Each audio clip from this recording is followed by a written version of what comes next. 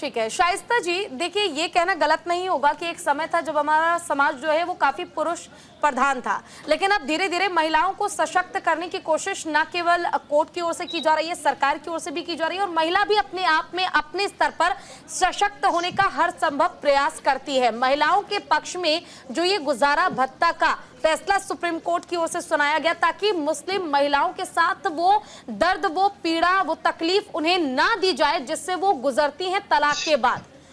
तो क्या ये फैसला जो लिया गया सुप्रीम कोर्ट की ओर से वाकई ये शरीयत के खिलाफ है?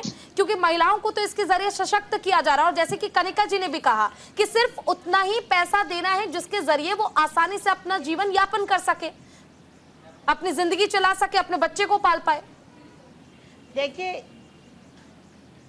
देखिए हमारा भारत संविधान से चलता है और हम महिलाएं किसी भी धर्म व समुदाय की हों, अगर उनको पीड़ित किया जाता है घरेलू हिंसा में या तलाक से, तो उनका कहीं भी जीवन यापन के लिए कोई भी साधन नहीं है तो वो कहाँ जाए, उसकी कौन जिम्मेदारी लेगा।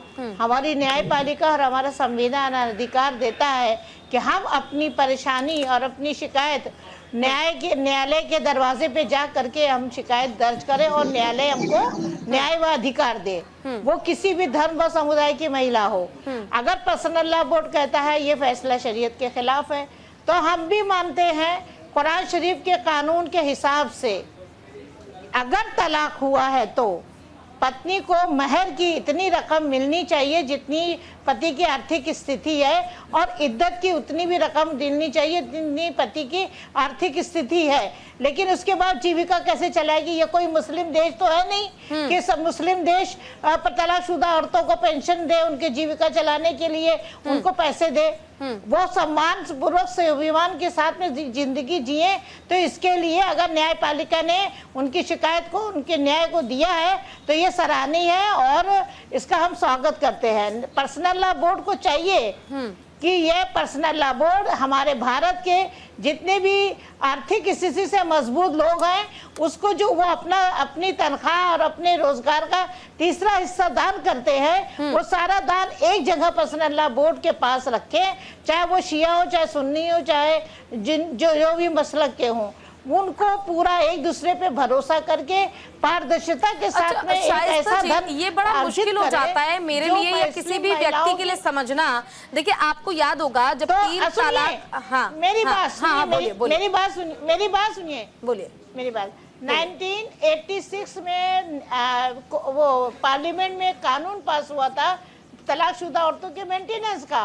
वो मेंटेनेंस वक्फ बोर्ड विभाग देगा, बच्चों के भरण पोषण का जिम्मेदारी पति का उठाएगा, बाप उठाएगा और पत्नी का इद्दत के बाद वक्फ बोर्ड उसको पेंशन देगा। वो पर्सनल लॉ बोर्ड ने क्यों नहीं लागू किया? क्यों लागू नहीं किया? अपने दरवाजे भी बंद रख रहा है और सुप्रीम कोर्ट के दरवाजे में जाने को मना कर रहा है, तो वो औरतें क्या भीख मांगे या दान पे हाथ फैलाए? उनको भी सम्मान से स्वाभिमान से जीने का हक है और वो खुशहाल जिंदगी जीने का हक है। वो कहाँ जाएंगी?